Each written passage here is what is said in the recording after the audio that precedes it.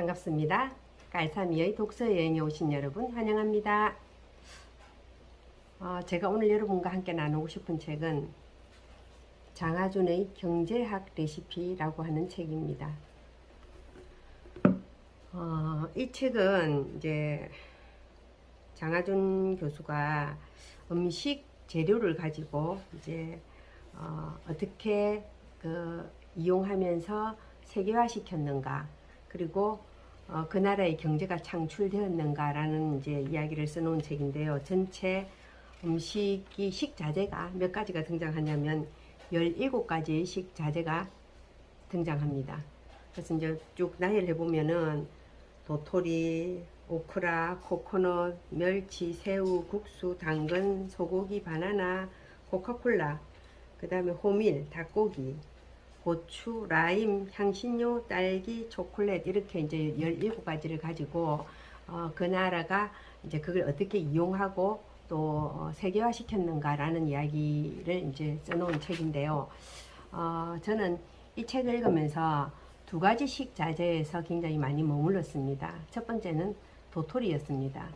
여러분은 도토리 하면은 뭐가 생각나시나요? 첫 번째, 다람쥐가 생각나겠죠, 그죠? 그리고 식자재용으로 도토리를 생각했을 때 우리나라 사람들은 100% 도토리 묵을 얘기할 겁니다. 저는 도토리 묵을 굉장히 좋아합니다.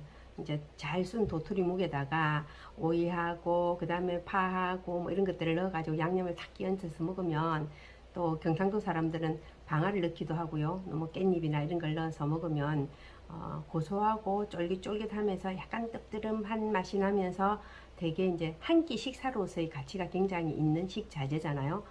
그런데 이제 여러분 혹시 전 세계에서 가장 맛있다고 소문나 있는 돼지고기가 어떤 돼지고기인지 아시나요? 이베리코 돼지고기라고 합니다. 그걸로 이제 하몽을 만들기도 하고요. 근데 왜 이베리코 돼지고기가 유명하냐 하면, 이베리코 돼지고기라는 말은 이베리아 반도에서 이제 이렇게 만들어진 돼지라는 거죠. 생산된 돼지라는 거죠. 요 스페인 사람들은 돼지를 상수리 나무, 도토리 나무가 있는 곳에 방목을 한답니다. 그래서 그 도토리를 먹고 자란 돼지로 음식을 하니까 되게 맛있었던 거죠. 그게 그 유명한 또 하몽이 됐고요. 그래서 우리는 도토리 하나 가지고 도토리 묵만 써먹을 생각을 했는데, 이 사람들은 돼지를 방목해서 맛있는 돼지고기를 세계화 시켰다는 거죠. 그죠? 같은 식자재인데 방향이 달랐던 것 같습니다. 그런데 또 돼지고기를 이슬람에서는 먹지 않잖아요. 그죠? 그래서 같은 것인데 종교적인 이유, 또 지역적인 이유, 문화적인 이유, 뭐 이런 것들로 인해서 세계화 되기도 하고요.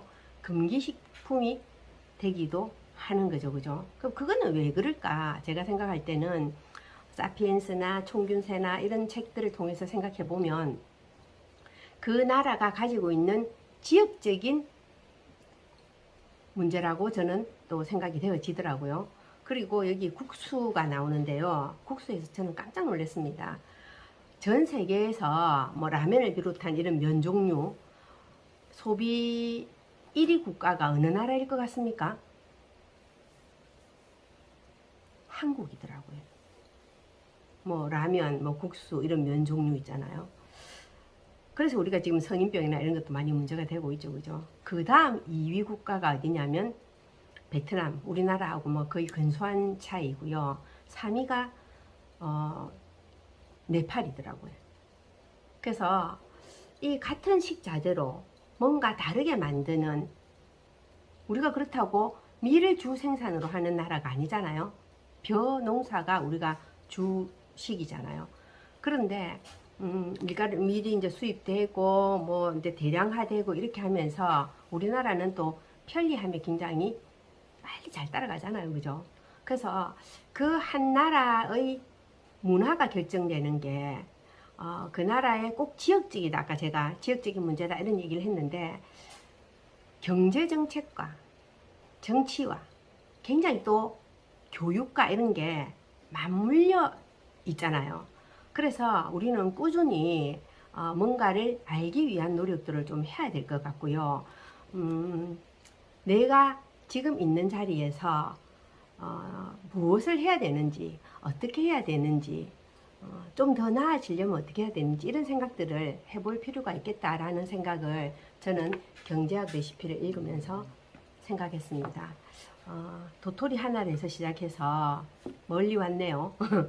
이제 우리가 자본주의 사회에 살고 있기 때문에 경제를 모르고는 세상을 살아갈 수가 없잖아요. 그죠? 그래서 지금 뭐 AI니 여러 가지 있지만 나는 지금 이 자리에서 앞으로 내가 어떻게 하는 것이 더 나은 방향인가 라는 생각을 해보는 시간이 되었으면 좋겠습니다. 감사합니다.